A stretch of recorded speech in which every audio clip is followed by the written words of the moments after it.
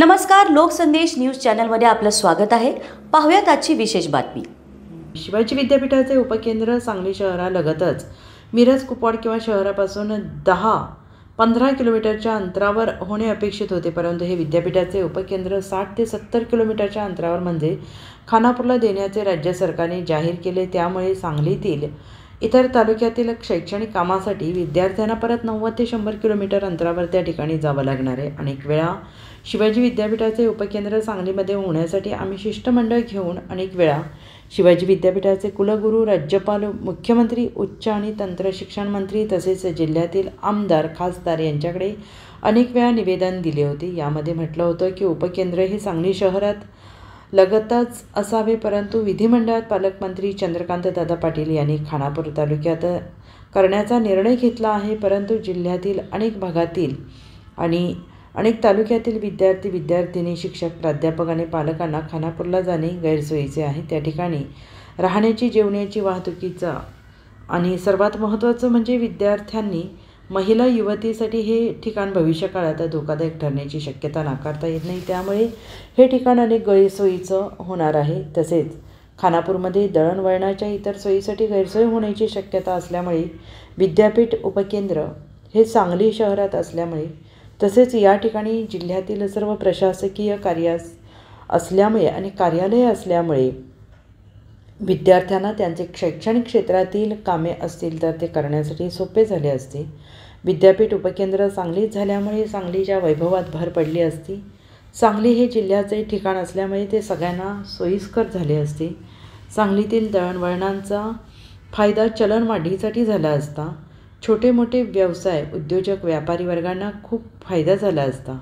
परंतु गेल्या 3 टर्म आमदार राहिलेल्या आणि दोघांच्या भांडणात तिसऱ्याचा लाभ यावर निवडून आलेले आमदार सुधीरदादा गाडगीळ हे निष्क्रिय असल्याचं दिसून आलं। या आमदारांना सांगलीच्या विकासाबद्दल काही देणं घेणं दिसत नाही। येथील नागरिकांचा जीवनमान उंचावण्यासाठी प्रयत्न करत आहेत, परंतु सांगलीचे आमदार विधिमंडळात प्रश्न कधीही मांडत नाहीत। कायम मौनी बाबाचं रूप धारण केल्यासारखे वागतात आणि यामुळे सांगलीत होणारे विद्यापीठ उपकेंद्र हे खानापूरला हलवले गेले हे केवळ आणि केवळ सांगलीच्या आमदारांच्या दुर्लक्षतेमुळे शहरातील सर्व विद्यार्थी, नागरिक हे विधिमंडळात सांगलीचे आमदार सुधीर गाडगीळ हे झोपा काढतात की काय अशी चर्चा करू लागले आहेत, अशी माहिती प्रवक्ते माननीय संतोष पाटील यांनी घेतलेल्या पत्रकार बैठकीमध्ये दिली आहे। यावेळी प्राध्यापक नंदकुमार सुर्वे, MK कोळेकर, खुदाबुद्दीन मुजावर आणि अनेक जण उपस्थित होते। मंडळाचं अधिवेशन चालू असताना माननीय पालकमंत्री चंद्रकांत दादा पाटील यांनी सांगली जिल्ह्यामध्ये खानापूर या ठिकाणी शिवाजी विद्यापीठाचं उपकेंद्र दिल्याबद्दल आम्ही त्यांचं शतशः अभिनंदन करतो आणि आभार मानतो। कारण गेल्या अनेक वर्षापासूनची छत्रपती शिवाजी महाराज विद्यापीठाचे उपकेंद्र सांगली जिल्ह्यात व्हावे म्हणून आम्ही अनेक वेळा कुलगुरू, राज्यपाल, मुख्यमंत्री, आमदार, खासदार यांना अनेक वेळा निवेदन दिलेले आहेत। परंतु दुःख आम्हाला एक गोष्टीचं जाणवते, कारण देशामधील किंवा राज्यामधील कुठलीही विद्यापीठं हे जिल्ह्याच्या ठिकाणी असतात, म्हणजेच त्या जिल्ह्याच्या ठिकाणी विविध कार्यालय, प्रशासकीय कार्यालय असतात। त्या ठिकाणी शहरामध्ये ग्रामीण भागापेक्षा लोकसंख्या राहण्याची जास्त असते। मग अशा काळात मुलांची शिक्षण घेण्यासाठी लोकसंख्या जास्त असते। मुलांचं शिक्षण घेण्याचं, विद्यार्थ्यांचं, युवतींचं हे ग्रामीण भागापेक्षा पटसंख्या जी असते शहरात जास्त असते।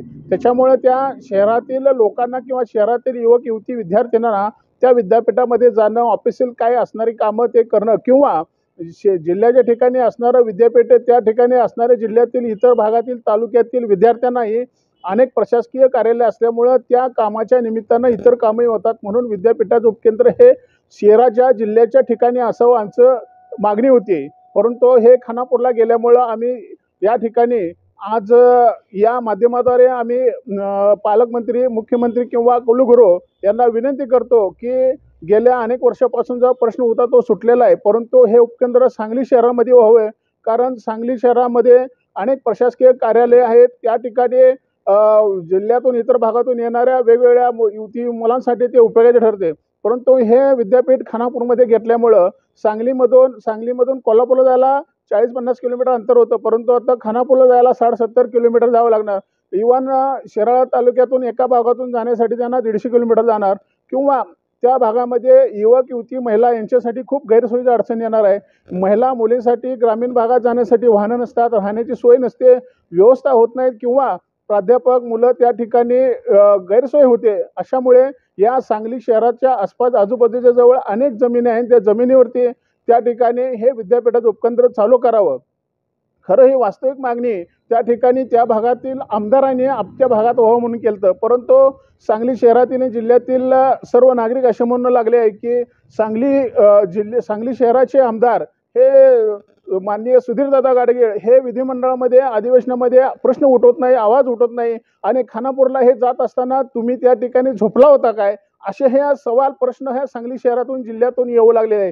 कारण या दोघांच्या भांडणात तिसऱ्याचा लाभ असे झालेले हे आमदार माननीय सुधीरदादा गाडगीळ यांना स्वतः खूप मोठं गडगंच आहे, त्यांना खूप मोठे पैसे आहेत, परंतु त्यांना लोकांशी देणे घेणं नाही. आपला घर झालं म्हणजे बस. परंतु ह्या विद्यार्थ्यांच्या अनेक मागण्या असतात. विद्यार्थ्यांसाठी कठोरपणाचं काम असतं, कारण त्या इथून 200 किलोमीटर 100 किलोमीटर जाणे म्हणजे चुकीचं आहे. म्हणून माझं या ठिकाणी विनंती आहे की या खानापूर असणाऱ्या ठिकाणी जे विद्यापीठ उपकेंद्र होय ते सांगली शहरामध्ये होय अशी विनंती आहे. धन्यवाद.